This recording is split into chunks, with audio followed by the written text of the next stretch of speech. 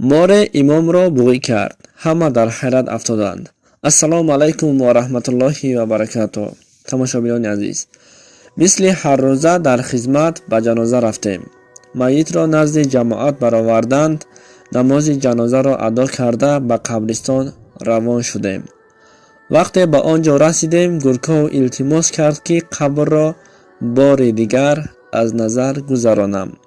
یک جایه به بالای قبر آمدیم. وقتی به لحد نگاه کردم که مارها می برآمدند، خود را به دست گرفتم و به آنها مراجعت کردم.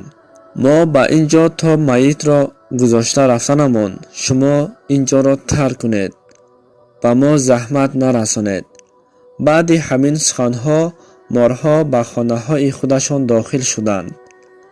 یکی از آنها از بالای سرم به خانه اش می رفت که ناگه به گردنم رسید. این عذاب به من ناشناس بود و تمام بدنم می لرزید. علاج کردم، میت را به منزل گذاشتیم. من چند ماه می شود که در خواب من همان مار من را بوغی می کند. دوستان عزیز، دیر نشده دلم صاف است، نگفته توبه کنیم.